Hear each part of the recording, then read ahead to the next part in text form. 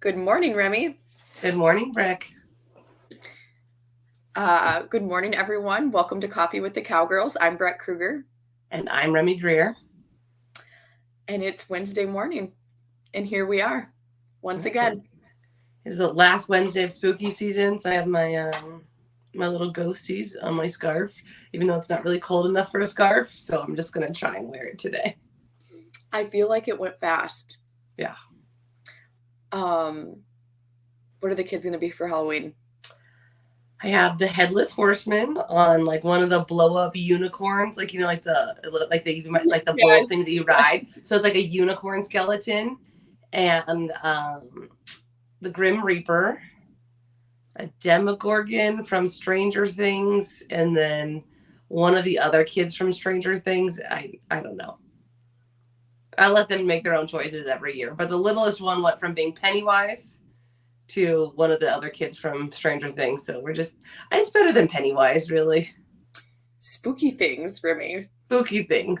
If you didn't know, Halloween is Remy's favorite holiday. So of course her kids would have really cool outfits and all the things. Our kids don't have any outfits yet. Bodie's kind of, he's a. The thing is, like with Halloween, you either love it or it just doesn't matter. So James didn't grow up in a house that was really big on Halloween, so like he's not just nostalgic about Halloween. And I trick-or-treated until I was like a senior in high school. So we are not. I don't know if I would use the word nostalgic, but we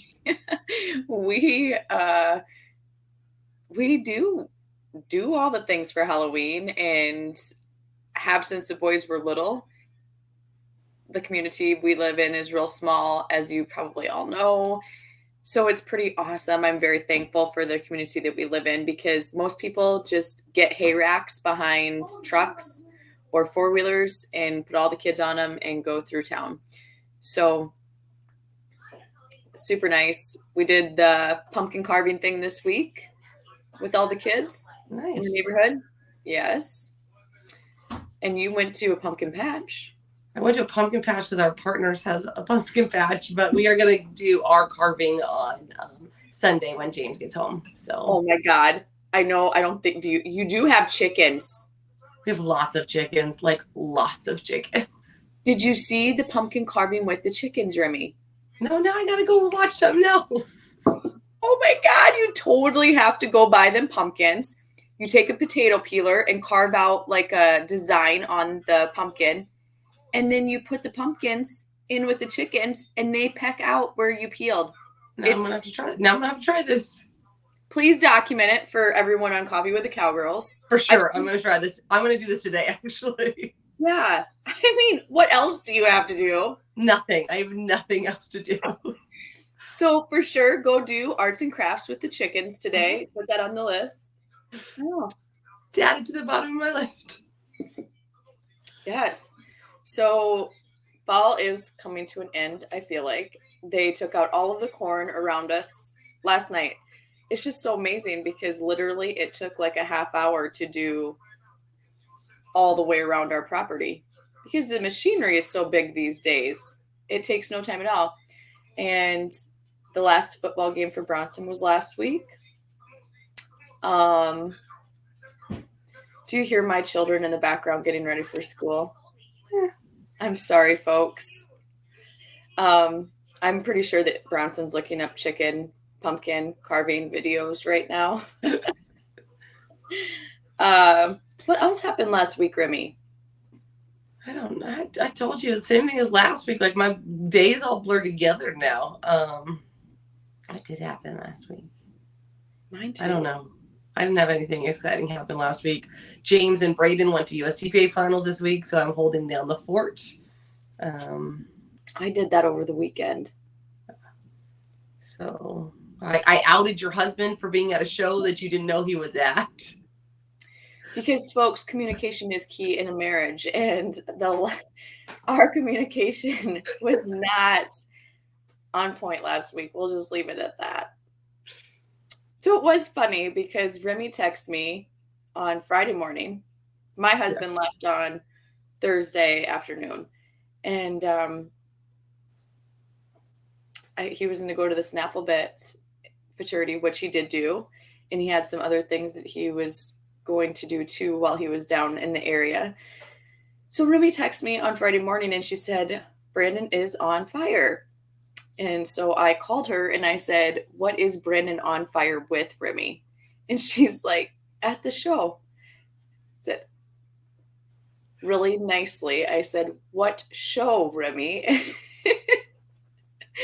She's like, oh my God, you did not know. I'm like, oh my God, I did not know. I mean, he did win like all the money in the Open, so. There is that. And then I got a phone call from Brandon later while I was processing count. I was like, so did I get you in trouble? He goes, she just doesn't listen.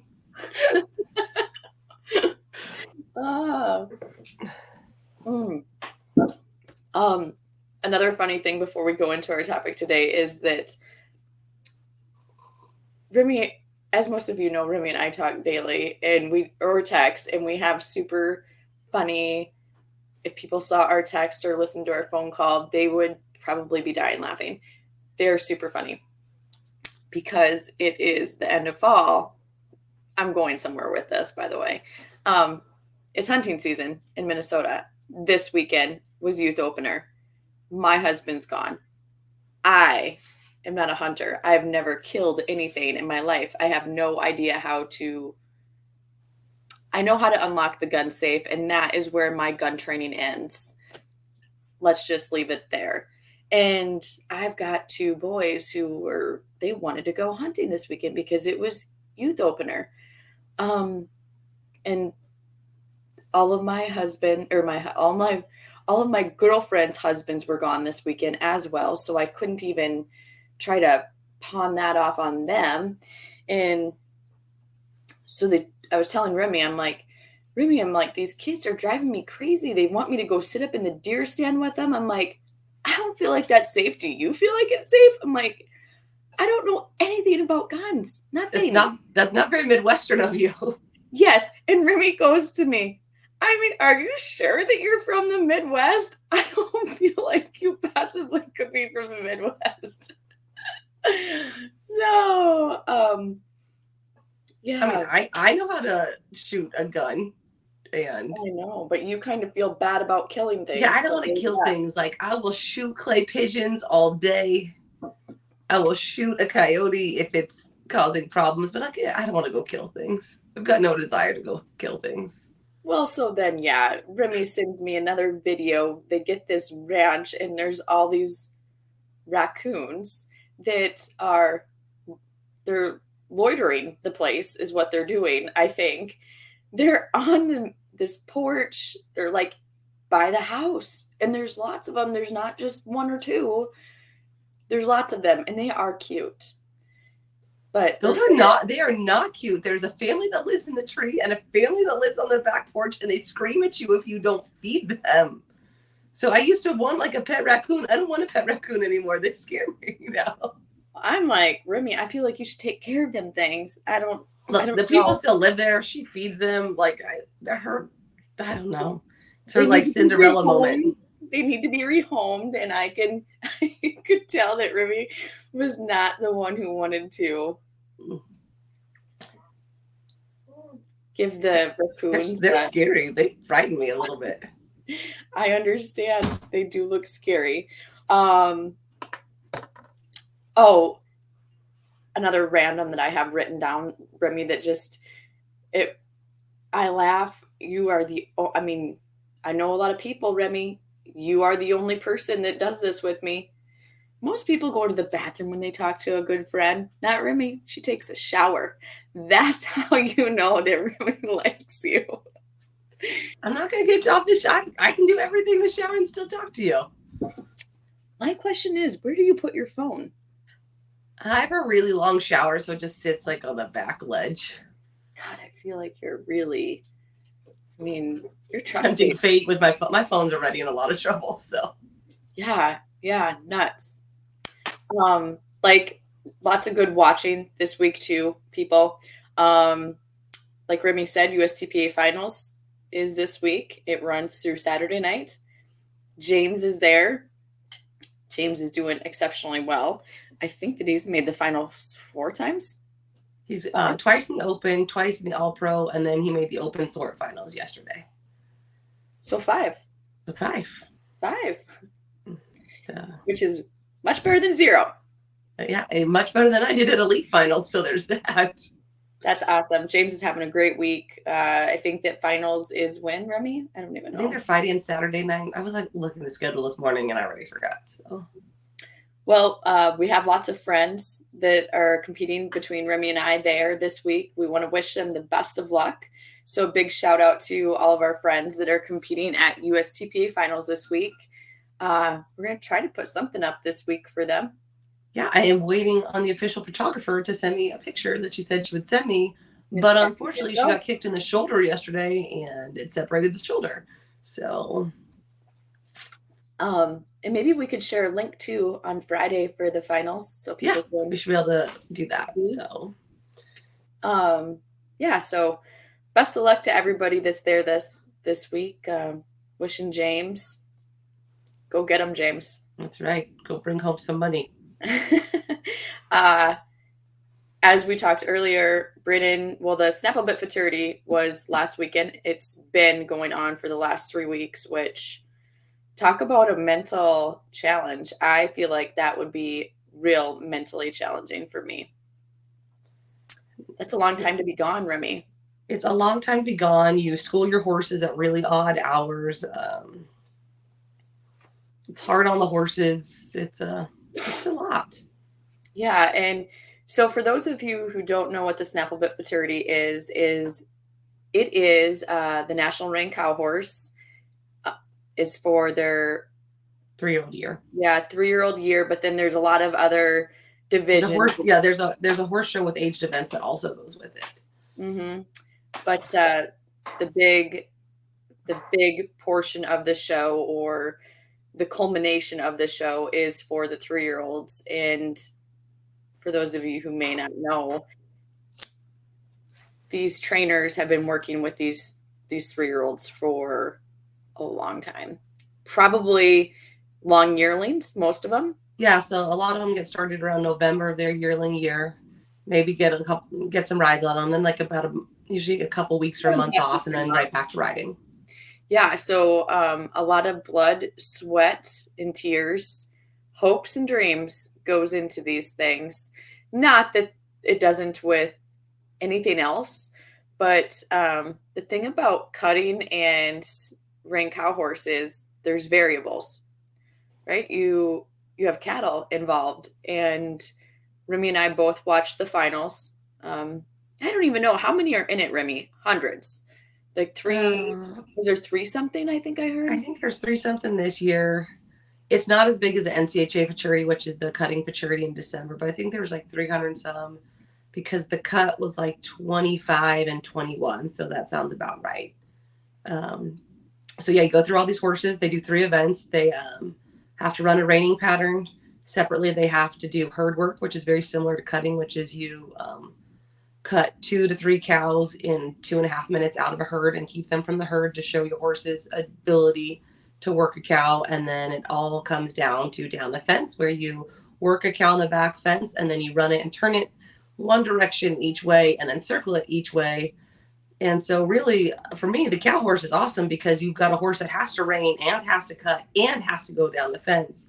So again, you're like 2.5 years into a 3-year-old hoping for the best, with a lot of brains out there, because it's not just you, it's not just your horse, but there's cattle involved. And reining cow horse, I mean, when you think of all the different, you think of reining, when you think of performance cow horse events, and I put reining in kind of with the performance cow horse events, it is by far the most dangerous one. Yes. Wouldn't you agree? Because you're high rates of speed with a cow, flying down an arena wall and doing sharp turns and stuff, sharp maneuvers.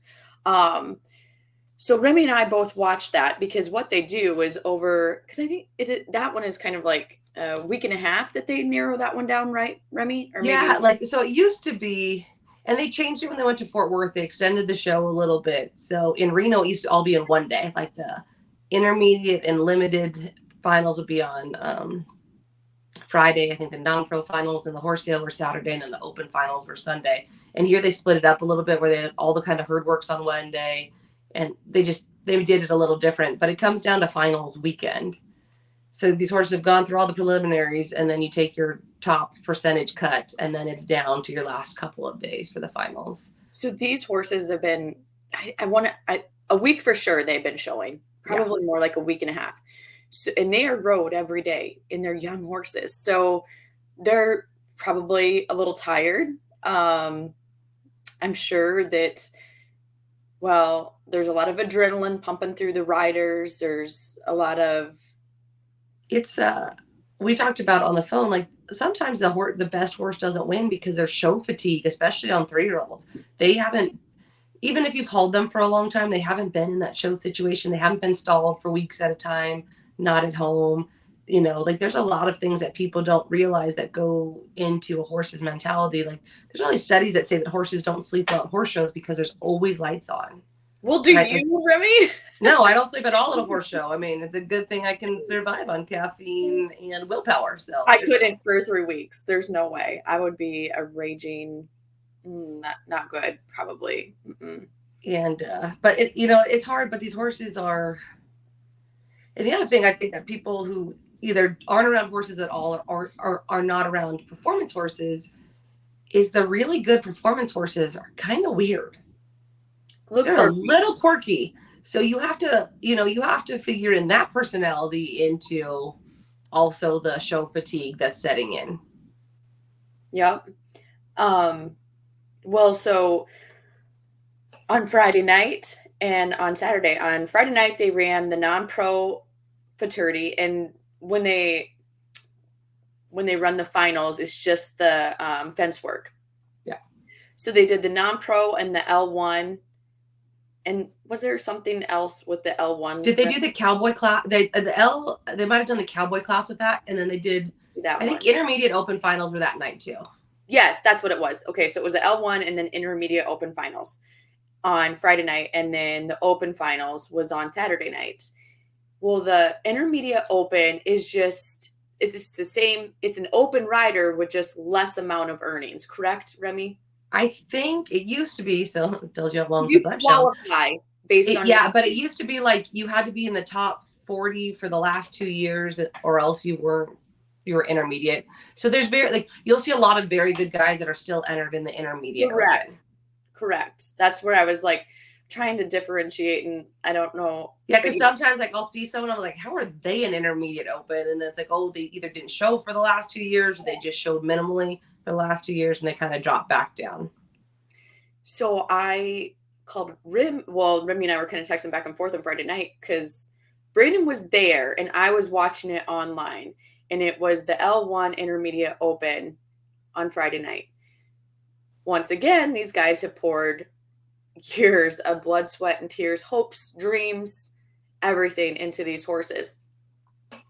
And 3 guys, and the last one was like, I mean, it would be awful anyway, but most of them were getting through their runs. It was looking real good, and there was 3 of them out of the 30.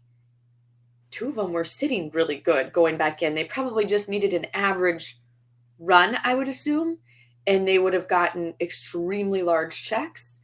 Their horses fell down. When their horses fall down, so the horse must be able to fall down, Remy, and if you don't go off, you're still okay. A hip doesn't touch the ground. Is that what it is? Yeah. So if a hip doesn't touch the ground, it's the same thing. Like I got zeroed out one time at a horse show. I had this little gray horse that really stopped big, and he stopped so hard that his hip touched the ground. Like he didn't fall down, like he stopped that hard. His hip touched the ground. It's a no score. So if your hip doesn't touch the ground, like you'll see them kind of scramble out sometimes behind, but they can regain their footing, and it's not a no score. They can keep riding, but if the hip touches the ground, it's a no score. Okay, so 3 of those guys out of the 30 fell down, and they didn't get they got darted off their horses. I mean, and it's probably for a multitude of reasons. They could have got wrapped. I mean, I couldn't really tell watching it online. Did they get wrapped up in a cow? Was the ground shifty? Horses tired? Is probably a multitude of things.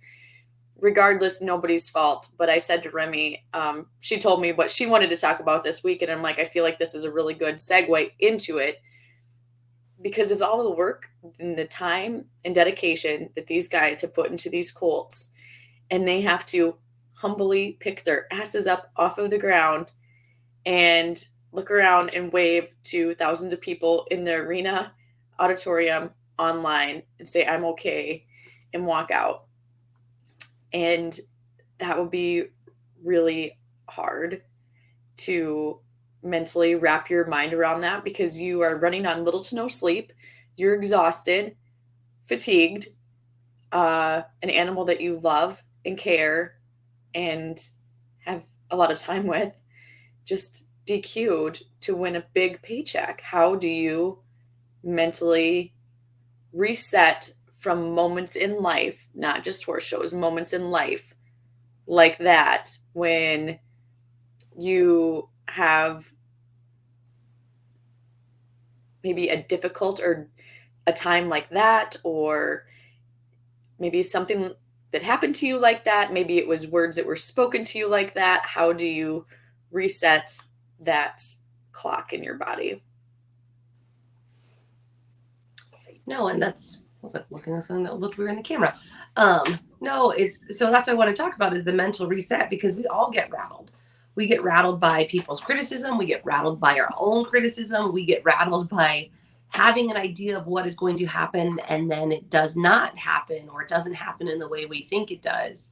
So how do you move forward in your life without getting stuck in the vision of what you thought should have happened? You know, and I think that's a good way to put it, in the vision of what you thought was going to happen. In the right, vision. because a lot of good things still happen and you're like, but I didn't want it that way. I wanted it this way. So how do you... We're assholes as people, aren't we? But it's like, you know, you have to, so how do you train your brain to find the best in things? Right. And, yesterday at the US finals, James was riding like a house on fire the first day, had some bad luck the second day. Yesterday goes into the open sort, is doing really well, and then leaves the hole with Kathy on a run that is clicking along, and his mare went head over heels. I feel like Kathy might be the one. It's Kathy's fault. I'll blame Kathy. I told her to go sage everything, go do something. That's for sure, Kathy. Michelle Cheek's stirrup broke. It's just... Actually, Kathy said they're just not allowed to leave without me because I keep everything rolling together. But, you know, even James said it rattled him. And he called me and was talking to me, and then I sent him a pep talk text message. I was like, you got this. You know how good you are. But, you know, that's a guy that has a lot of faith and confidence in himself, and he got rattled. He's also been sick the whole time he's been back there. I was just like, he was sick before he left. Rattled, though, I mean, I'm not saying we're old by any means, but then you've got like that little thing of, oh my God, I don't want to get hurt in my head. Yeah. Because folks, we make our living with this is going to sound so bad. We make our living using our bodies. With our body. On a ranch or on a farm, whatever. And when you can't use, you know, if you can't use your body, then the money stops coming in. And going back to cow horses, like, I never had any fear running down the fence. Never. I would have a lot of fear. Like, I never had any fear. And I never really have to have fear of getting bucked off or like riding in the cattle pens, because we have concrete aprons along the feed bunkers. I never had any fear. And then I had kids, and it's not like it's a big fear. It doesn't stop me from doing things, but it gives me pause. Right before I'd go running across something, I'm like, I'm going to jog this time. Or if I'm running a cow down the fence, like, I'm still going to make the turn. I just might take one stride farther, one stride wider, where before I just like hook in and go. And it's not that I'm not confident, but it's like, the other thing is as you get older, like, you remember what it feels like. Like, I know it sounds really dumb. When I walk across those concrete aprons, I've had horses fall on me on the concrete. Like, I can hear the sound and feel it in my knee when I walk across there every time. So I'm like, I just am going to approach it with a little more caution than I used to. You know, that is funny that you bring that up, Remy. Well, I'm a wuss when it comes to speed. I scream when I go around barrels. I not because I think it's going to make my horse go faster, it's because I'm scared. Said that. Don't even care. Um, but Brandon and I were talking about Sarah Dawson because Sarah Dawson had 3 horses back to the finals that night, and she drew second out, and that horse was a scratch. And I said to him, was that horse just sore from the week or whatever?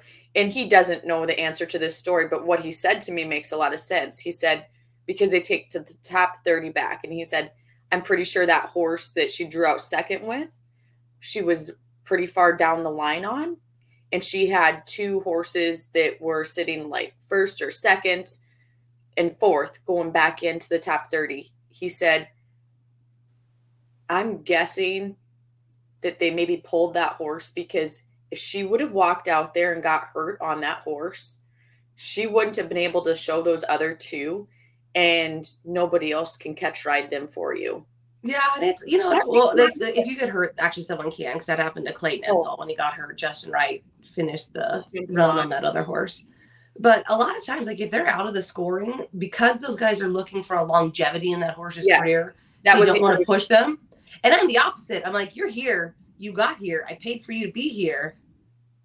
Go show. Go I mean, if make a that hell of was a run. your only, if it was like you just had the I'd one, still do it if I had 10 in there because, you know, I'd go make the run. But there's a lot of gamesmanship that goes into it. But same thing, if the horse is, and honestly, a lot of times when those horses don't score really well, either in the reining or out of the herd, there is something else going on. And it might not be a long-term soundness issue, but maybe they're just not feeling being in the pen. So why are we going to ruin a horse for the long term to go make one more run on them? Right. Going back to our original, or going back to what we were talking about like resetting everything, the mindset. How do you do it, Remy, or what has gotten you through? I try to, there's a couple of things I try and do. I really try and think like, is this a bad day? Is this a bad year? Did I get hurt? What are the outcomes of whatever? So for me, like I can compartmentalize a lot of things, right? I can compartmentalize my anger. I can compartmentalize my fear for a while until they all erupt in some way. And you're special, really. You know, but usually it ends up with me talking even faster than I normally talk. Side note, someone goes, I listen to your podcast. She goes, I listen to all podcasts on 1.5 or 2. And she goes, but I can't listen to you on 2. And she goes, the only way I can do it on 1.5 is because I know you well enough to understand the intonation. I talk fast. So when I get upset or excited, I talk very, very fast. Me too. And so for me, like I try and compartmentalize it. And so it comes down to a couple things. So is it a mental reset? I like to look at also another sidetrack. Breck wants to be Pollyanna. She does not like when I get negative and I see things, because some stuff happened and my usually easygoing husband was a little rattled. I was rattled. But it's the same thing. I think I have to like word vomit sometimes or write it and get it out. And then I'm like, I'm good. Me too. And you know, another thing that, like, do you overanalyze? Like when shit like that rattles me, I overanalyze. I'm like one of those people, like once I can like do the word vomit, right? Like I talked to you and I talked to my husband and I was like, I don't, you know, I didn't do those things. I didn't do the things I was accused of, and let it, like once it's out of my mouth, it's out of my brain and I can move on for it. Again, that's my 3-step deal, right? How did you do something? No, I didn't do something. Could I made it better? No, I didn't. I couldn't make it better. On Remy's 3-step deal after the podcast. Yeah. So like, I think I got on TikTok, but my 3 steps is, and you can go back and watch it somewhere else. Like, and this is really true. This is totally true for me. Did you cause the problem? If you cause the problem, say you're sorry, try and fix it, move on. The second part, because it really is not a 3-step. I guess it's a 3-part thing. It's not 3 steps. The second part is, if I didn't cause the problem, could I have made the problem better? Yes or no? If I could have, try and remedy it. If I couldn't have, let it go. And the third thing is, if it wasn't my fault and it wasn't my problem, it's no longer part of me. It has no hold on me. It gets released back into the universe and away from me. So I don't overanalyze because that's not who I am. Like, I make a decision for better or worse and then fucking full steam ahead. Now I am married to someone that overanalyzes, and maybe that's what's pushed me the opposite way, where I'm like, I don't have time for all of us to overanalyze. I got to make a decision and move on. Well, I take things personally. So, and I take things, and okay, so I wrote this down, like, because as Remy and I were talking about this, like, how do you reset and how do you take being rattled? And I wrote down probably not well.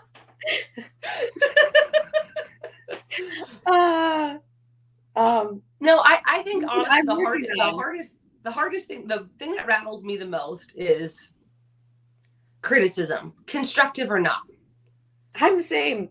You know why though? This is the other thing I wrote down. This is why I take it so hard, is because I really fucking care. I really fucking care. And I do feel like I don't, like, I mean, I just want everybody, I want to live a fucking Pollyanna life around me, okay, people? I want my boys to hunt without me having to go, and all the ducks to take care of themselves. Go sit in the tree stand by yourself and just don't hurt each other, please. No, I think, like, so for me, I don't take, not all criticism bothers me. It bothers me when it comes from people that I value very highly.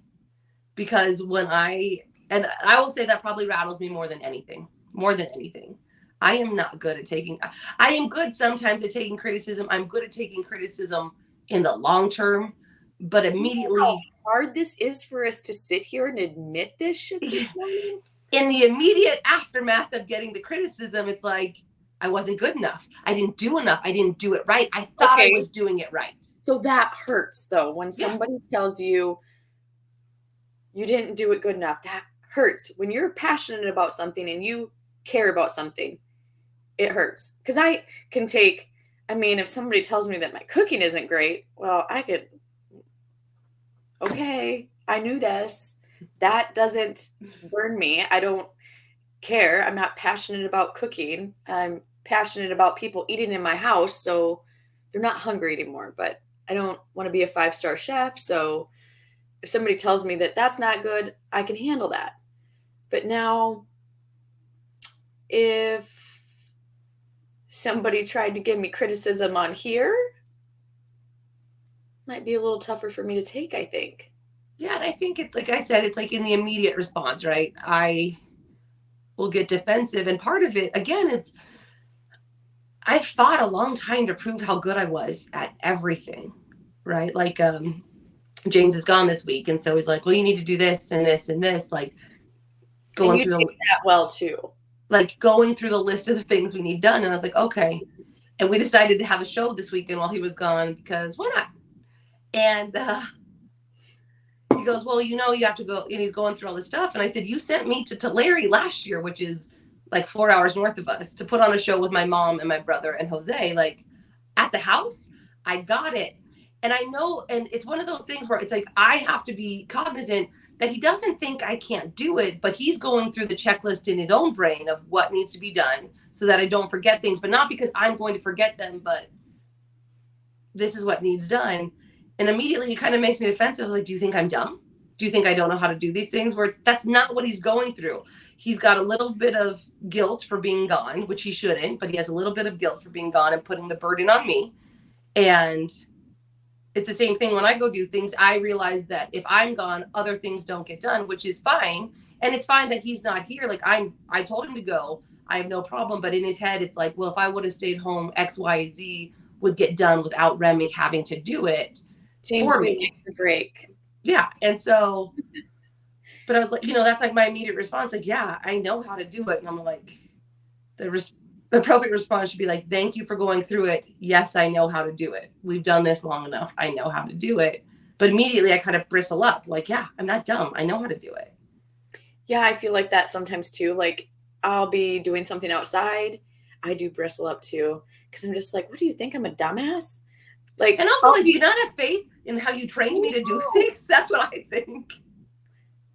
Train is a strong word, Remy. Ain't no man Look, training me. Good look, luck. I came from hunters and jumpers, so I can say trained all day long. I did not grow up with cattle. I got shown how to do everything. So yeah, Oh, like I I got. did too, but I feel like I just observed from a multitude of people and figured it out along the way. But I'll be on my way to do something outside, like gonna put a horse out, and I'm on my way to grab bell boots with the horse in my hand. And he'll be like, put bell boots on that horse.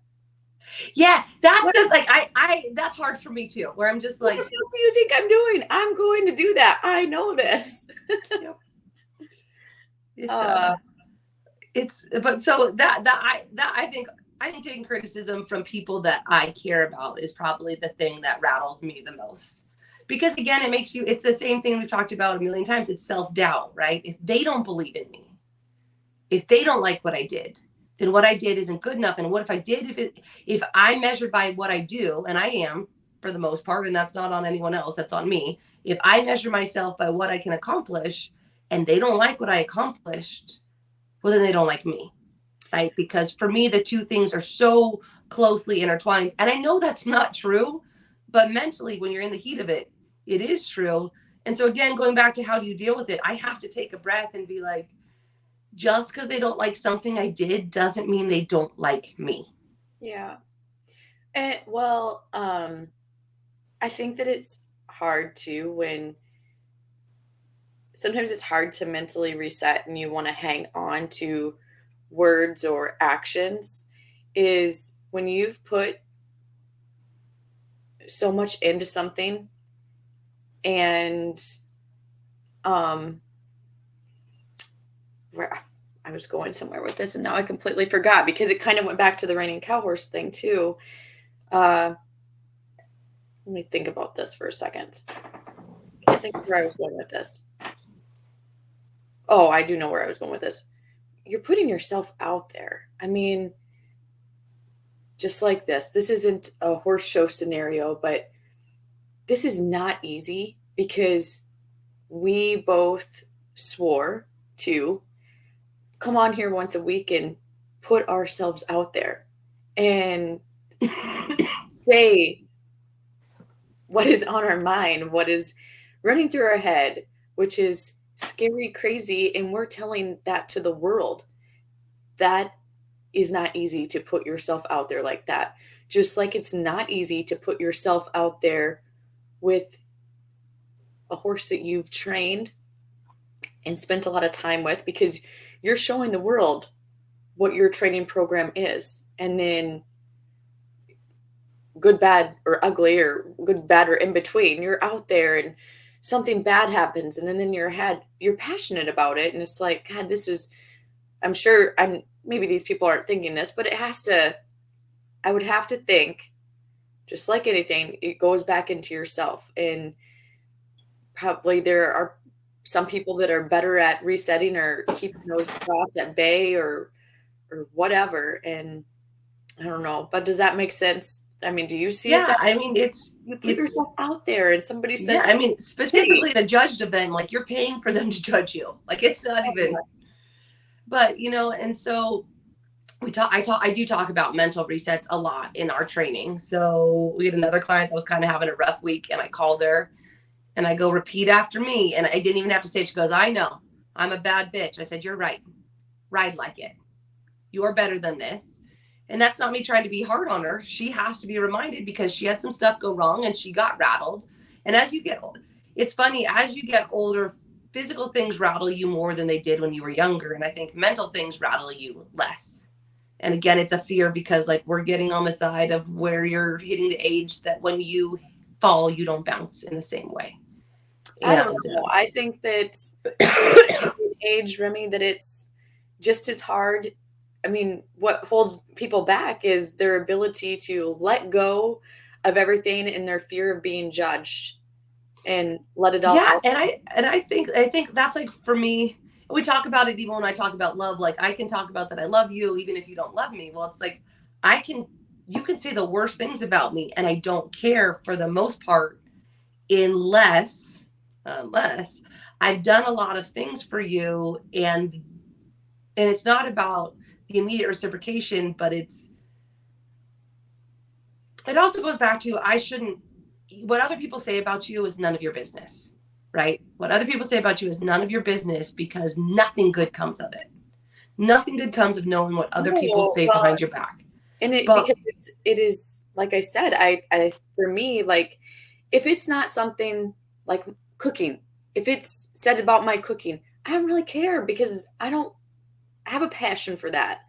But I do have a passion for the horse industry, and I have a passion for what our self-help, or whatever you want to call this. I have a passion for what we do for the Cowgirls. If somebody says shitty things about those things, or my kids, I guess, my kids too, no, it and hurts so me. for me, I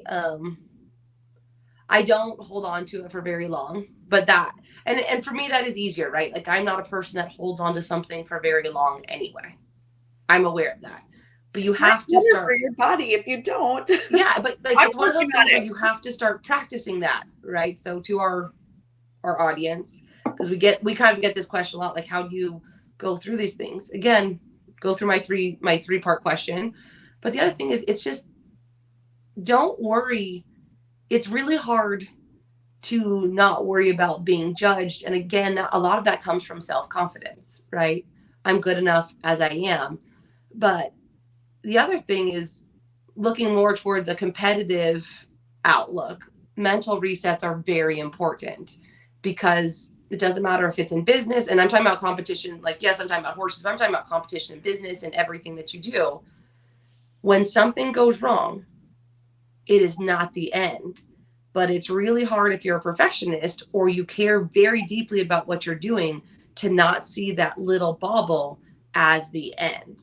So I tell our clients when we're competing and they do, like, uh, you see all the open riders do it. And it's funny, is so when the open riders have a mistake, they bobble their head like this. They look down and bobble their head. And then they go on in a run. And you see it in team roping, you see it in rein cow horse, you see it in penning and sorting. Novice riders look up. I don't know why, but this is the differentiation. And I tell my clients, I go, don't bobble your head. Stop bobbling your head. And that applies to life too. When something goes wrong, don't be upset and don't quit moving. Take that breath and move on. And that's hard for a lot of people, but you do have to, it's again that muscle memory we talked about last week. Retrain your brain that it is just a bobble, it is just a misstep that is still carrying you forward to where you want to be. So for me, I mean, Remy makes it sound like it's so damn easy. It's not easy to do this, like I said, and it's not easy because when you're passionate about something, or you care deeply about something, if you've invested a lot of time, energy, and you're putting yourself out there, it is really hard to just poof, gone. I have to, most times, write it out. Um, Letter, text, whatever, get it off of my chest. And I have to say it. I'll never forget when I was working in corporate America, I had this vet that I worked with in South Dakota, and I did a lot of good things with him. He did a lot of good things for me. He taught me a ton. As my customer, he taught me a ton. He was this um, grumpy old man, and he was really cool. And I took a lot of time to get to know him. And this was like, it took a lot of time to get to know him. I think that I called on him for almost a year before I got my first sale from him. And we'd been doing business for probably 4 months. I had done a lot of sales trainings with his staff. I had brought other vendors in to help me do sales training with his staff. And I had a pharmaceutical rep with me one day. We were going to do some trainings. And we walked into his office in the sale barn. He was working cattle at the sale barn. And for 45 minutes, he ripped me up one side and right down the other. And his place of business is 4 hours from my house. And I stood there and I took it because I knew better. I knew better than to say anything, because I knew at that point in time that whatever I said would have been dismissed. And it was not anything that I did wrong. It was a shipping issue with the weather because they're in South Dakota. We're in the Midwest. It was wintertime. And the shipments were freezing on the way there. And it wasn't how they were packaged. It was just because it was so harsh that winter. And I let him rip my butt. And when he finished, I looked at him and I said, I will fix the problem to the best of my ability. And I turned around and walked out of there. And as soon as I closed the door, I just started bawling. It was really hard for me to take because I had invested. I was spending 2 days a week away from my family to spend with his vet family in practice, to teach them, to train them new things on how to sell, to build their business better. So it was hard. It was a really hard pill to swallow, the fact that he was chewing my butt for something that I viewed as out of my control. And it hurt. It hurt. Can you imagine what that 4-hour drive was like for me, Remy? Oh my God. I was spewing. I talked to myself the whole way home. I was just pissed at him. I was because I felt like I did so much for him and he had no respect for me. So I told my boss, I'm like, I'm going to write him a letter, and then I'm going to read the letter after I write it, and I'm going to send it to him. He's like, you write the letter first, and then you let me know what you think after you got done writing the letter. Well, I'm pretty sure I had the letter wrote in an hour by the time I got home, and it was 3 pages, and telling him everything that I thought of him and yada, yada, yada. And I decided against sending it. So I folded it up and I put it in my work bag and I carried it around with me. And I told myself, I'm like, I put in so much time on this account. I'm not going to let him win. I'm going back. So I went back the next week and walked into his office, shook his hand and said, hey, Dr. Dave, how's it going? And he asked me out to lunch. And when we got to lunch, he apologized to me. And he told me, basically he'd done this, like this was his routine to sales reps. This is what he usually would do to see how tough they were. And I was one of the only ones who came back. And I worked for that company for 7 years and he was my best customer from that day on.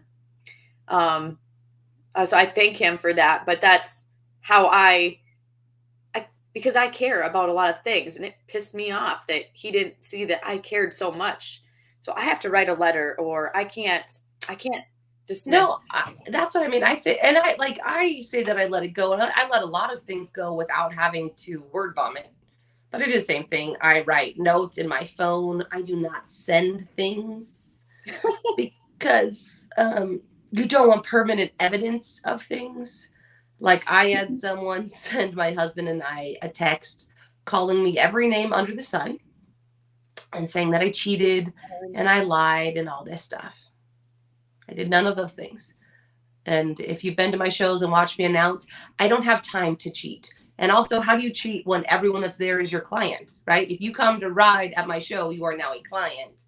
I can't cheat for anyone. It's a whole bunch of things, right? I still have this text message and it's like so long. Like it's like 14 different screenshots. So the same lady wants to come to a show at our house to watch and sends me a text message. Oh, am I welcome? I text back, you are never not welcome here because I really don't care. Like, I don't care. But in the back of my mind, I was like, you felt the need to type all of that out and press send and then press send. Like, so for me, I can word vomit into notes on my phone. I can write things out. I can call my friend and be like, oh my God, I got to tell you what's going on right now. Because I can just let it all out. And then again, your friends are like, yeah, fuck that guy. Or no, you're being an idiot. And then that gives you more, it is, you need the release, but you do still have to let it go. The other hard part, and so for me, mentally letting things go. Let it go when I write it or yeah, and so that's the other thing is, even if I was you, I wouldn't have carried it around with me, right? I wouldn't have folded it up and put it in my work bag. I would have written it and burned it or thrown it out because you're carrying this wound with you all the time. And that's where you reminder And it didn't, like, once I wrote it and put it in there, it did not feel heavy. It did not weigh me down. But I know what you're saying because it can. Because and I think that's what a lot of people do is they carry around their baggage and their scars and their pain as if it's some sort of metal. And I'm not saying that's what you did, but we all know those people, right? Look how I've been hurt. Look I how just this had to did. get it out. Yeah. And so for me, just get it out and then release it. The other thing, and this goes back to horses, and this is hard, is a mental reset about physical things. So, So, like somebody getting hurt, is that what you're talking about? Yeah, I'm talking about when people get hurt, right? So because that holds you back and that can almost hurt you more. It does, because you end up getting really tight in your body and now you're more prone to get hurt. And then you check up at the wrong times. And if you check up at the wrong times, it's, and that's scary. When I was working for Mike and Christy Berg, there's a kid that was breaking horses, and I always kind of heard him singing, not a lot, not loud, but just singing all the time. And I was talking to him one day, I go, why do you, and I was working with one of my own horses that was having a bad day. And she was a little bronky, and he goes, sing to her. And I'm like, look, I'm a fucking hippie, but what is that? He goes, no, sing to your horse. And I go, why? He goes, it relaxes you. It makes you drop your shoulders. It makes you not be tight in your chest. It makes you not do all those things. And I will tell you to this day, when something goes wrong with horses, whether I'm on the ground or on their back, if I start singing, it slows your blood pressure down. It makes you think better. It doesn't let you be tight. You can't be tight and sing. It's very hard to be tight and sing. You don't have to sing loud. So I think that's the other thing, is when you have a physical fear, whether it's if you're skiing or swimming or running or doing all these other things, if you have that fear, find something that relaxes you and soothes you physically. It's actually, it makes it easier. Dangerous. Yeah. It is real dangerous. Like think if you were a downhill skier and you couldn't relax to get into, I don't know, but I don't know the terminology for skiing at all, but I would have to think if you weren't relaxed and calm going down Black Diamond Hill with a pair of skis on your feet, you could probably get in a serious accident, correct, Remy? Yeah, you can. And so, but you watch people carry trauma and tension in their body all the time, right? You see it in the set of someone's jaw, in the set of their shoulders, and you do that for long enough, and that becomes your body's muscle memory again, right? You're hiding trauma in your fascia, in your muscles, and all of it. So that's why it becomes so important to let everything go: physical fear, mental fear, emotional fear, spiritual fear. There has to be like some for like, I'm just thinking now, some of these high-end sports and shit, they have like full-on deals, like where they reroute neurons in your brain. Like they have that, because like there's guys that will get hit by a pitch and then they have to reprogram their brain, because every time they go up to bat, they're flinchy, right? Well, we don't want to be flinchy. Just like a quarterback that gets sacked all the time. You're tired of taking those hits and making bad moves, not getting out of the pocket or whatever. I don't know terminology for that either, but I would have to think it's a problem. No, it is a problem. So, and that's where it becomes, again, find things that that make it mentally easier for you to let go of what's physically going wrong. And again, physically you got to let go, or mentally you got to let go of everything, because it does you no good to carry perceived wounds. And also, going back to something I said earlier, we all have a vision of what our future is going to be. Very rarely does that vision come true. Now you can enjoy embrace what's going on, ride the crazy, keep moving forward, or you can get bogged down in looking at what you think your life is supposed to be. And way past that. But but not a lot of people are. And it happens on a daily basis. Like, I think this is going to happen. Okay, that didn't happen. So you can laugh at it and move on. And most of the time you should laugh at it, because what else are you going to do? Honestly, being sad about it doesn't fix it. It does not change the situation. And again, that's carrying that hurt with you. Don't carry the hurt. Don't carry the pain. Don't carry the disappointment, because I actually think disappointment is worse than anything else. Yeah, it's easier than anger. Anger and sadness are actually easier for me to get over than disappointment and frustration. I think about when you talk about things like you're just talking about, I always think about, when you go on vacation, or let's say that you have a vacation scheduled out for a year and you spent all this time planning it. And in your head, you're like, this is going to be the best vacation ever. We're going to have so much fun. We're going to have fun like we've never had fun before. No one's going to fight. Everything's going to be perfect. Oh, yeah. I mean, rainbows and unicorns, baby. That's what it's going to be. And then you get there and it is not like, I think because you've built it up so much, I hate that feeling. I hate that feeling. I hate I'm not a planner, so we don't have to worry about any vacations that are happening a year out from now. But yeah, I hate that feeling. It's such it ruins the times for me. So I'm pretty good about living in the moment. And obviously, since I didn't know the show last Friday morning, that is how we live. We just kind of not fly by the seat of our pants, because we do have a little bit of a plan, but it's a very loose one. And if it works, it works. And if it doesn't, yeah. And I think so again, it's like, I'm way more of a bigger picture person than James, right? This is where we need to get to, and we'll find our way there. And he's like, but we were supposed to take these steps to get there. And I'm like, it's okay. Neither one of us are like that, really. And like, what his thing is like, it's, and part of it is, we work a lot of cattle, right? And I'm like, oh, this will work, or that won't work. Last night was a case study in that. I went to go switch cattle out on a lease that James has, and one ran through the feed bunker. So I had to call James and be like, it took me an extra hour after I got it all situated, but it's done now. And, and I think it's one of those things, like, because we work cattle and we do all these things, like, he has a plan, and there's a reason we have a plan. It's for everyone's safety and what we're trying to do. But again, I'm like, we'll get there. It'll be fine. It'll all get done. And I do that because I know we work really hard, so it'll get done. But I just look at where we're trying to go long term, and he gets worried about making a mistake in the short term. And I really don't worry about it, because I know we'll get there. And I think that's hard. Especially when you're in the middle of any struggle, right? How do I get to where I want to go? And if you start seeing the negatives and everything, then you start seeing all the things that have gone wrong to stop your dream from happening, versus all the things that are going right to get to where you want. Whether it's in business or relationships or life, you have to start looking at the positives, because you can see a world full of things being wrong.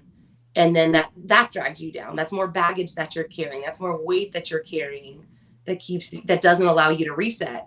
But like, if you can take 10 minutes in your day and think about all the things that have gone wrong, like all the things that have gone right, your day will be much better. The next day will be better. And that becomes a muscle memory exercise too. Today I am grateful for, because it allows you to see the better sides of people, the better sides of your situation, the better in everything. Well, I think the moral of the story here is that there's many different ways to handle a mental reset. And as you just heard, Remy and I both do it differently. And it's something that we struggle with. I don't think this is something that you're ever not going to have to struggle with. I think no matter how good you get at it, it's always going to have to be something that you work hard at doing. Right now is just, for me, I have got a lot of things that I have got to do, and I have been postponing them, dragging my feet. I don't know why. It's not because I don't want to. We leave for Arizona pretty soon. I've not got nothing packed up. We've been working on a lot of big projects. And last night I found myself a lot of big projects with a lot of moving pieces and parts that I have to wait for words from other people before I can go any further. That kind of drives me nuts, because it holds up my progress and I have a timeline for everything. Last night I got into the house. The boys are both state football just started last night. The plan was is I was going to go with them to the game. We were actually both going to go. And yesterday afternoon it got nice in Minnesota. Well, we don't have an indoor arena, so we have to take advantage of that. And life started happening. I don't even know where to start. Just like so many little things. And it, like, I could feel myself, like, I could just feel the anxiety and the tension and everything, like, coming up here. And one of the last thing was, because some of you may or may not know that I have raised dogs for the last 17 years, and I'm on a partner, and I'm kind of phasing out of it. But it's not something that I can just walk away from, because it's something that I grew pretty much by myself for a long time, and they're my family. So it's something that's really, really hard, and something that I really love, but it's just plate overflowing. And I had some things that I had to take care of that with the dogs when I walked into the house, and I could, like, feel the tension and anxiety start to rise for me. Thought that I was gonna lose my shit, just because it was a moment of overwhelmness. Like, I was just overwhelmed in the moment with this, the kids, none of it coming together, none of it coming together on my time. And I was sitting right here at my desk, and I just looked down, took a deep breath, and I was like, this is such a little thing. Take a deep breath. You have no reason to lose your shit. Do it and walk away. And I did, but I didn't want to lose my shit because I was mad at anybody. I just was so overwhelmed. And to reset mentally in the moment of overwhelmness is something that I will always have to work on, probably. Yeah, it's something you have to practice on, because see, for me, it like creeps up on me. I'm like, oh, I'm easygoing. And then all of a sudden I'm like, why the fuck is this bridle on that hook and not where it's supposed to be? And could just everyone not touch my shit and don't touch me and fuck everybody. Yeah. And then I got to go be by myself. Like, for me, I do have to be by myself, because I need a long time now. Well, after you do that, who wants to be with you anyway? True. You know what? It's a defense mechanism. Though it's really hard. I love that meme though, where it's like, do you ever have so much to do that you're just going to go sit down and take a nap? And I'm like, I feel that on so many levels. Me too. But it's like the procrastination level that I'm in right now is terrible. But the thought of everything overwhelms me. And please don't tell me, folks, oh, just start with one thing and it'll all start. No, it doesn't work like that in my brain. Like, I am good at just getting it done when we get down to the witching hour. So yeah, I mean, I think that's like I don't know, I think that's like the ADD in me too, where it's like, I think it's me too. Like, I really don't want to do these things, and then other thing, who knows. But yes, I'm trying to get a lot of things done. I'm trying to get a lot of projects done this week while James is gone that I've been trying to get done for a long time. Breck got to talk to me yesterday while I was running a grinder to take off boards that have been on my feeders for like 15 years. So, it's just, but I do, it does sound dumb. You do have to take that deep breath. And I think that's like the biggest takeaway for me about everything that goes wrong in my life. Just take a breath. And then the next breath gets easier. Get me the hell out of there. Like, sometimes I just get so worked up. I need somebody to grab me, get me out of the situation, because I think best and when I am alone. You need a timeout every once in a while too, Remy, it sounds like. So, like, if somebody just grabs me, puts me in a corner, or gives me a timeout so I can process, clear my head, get back to a mental good spot. Because I know my muscle memory will get me back to a good spot, but I might say some things that I don't mean in the time of trying to get. And I think that's like, we've talked about that on the phone. Like, that's different. Like, if I said it, I fucking meant it. I don't word vomit just mean things, because I'm very cognizant of how much weight words have to me. And so if I say something mean, most of the time I meant it. Now, if you take something that I didn't say, you see that? I'm not that way. So, but like some people will be offended, but why I say that is not mean. No, if I said it, I meant it. But going back to the taking a breath, like especially when anxiety gets a hold of you or you're frustrated or there's a lot of things going on, that first breath is hard to take, but you have to take it and hold it because then the next breath gets easier and then the next breath. And then you can kind of organize your thoughts because for me it's the same thing. I can't do one thing at a time. I need to do six. I get itchy doing one thing at a time. Right? I feel like I'm the same way actually, and I've never even thought about that, but I like a lot of stuff on my plate, evidently. I feel more comfortable. Yeah. When I've only got one, I don't But if feel I've got one thing, I also just think I'm forgetting 10 other things. So well, I just don't feel like I should have more to do.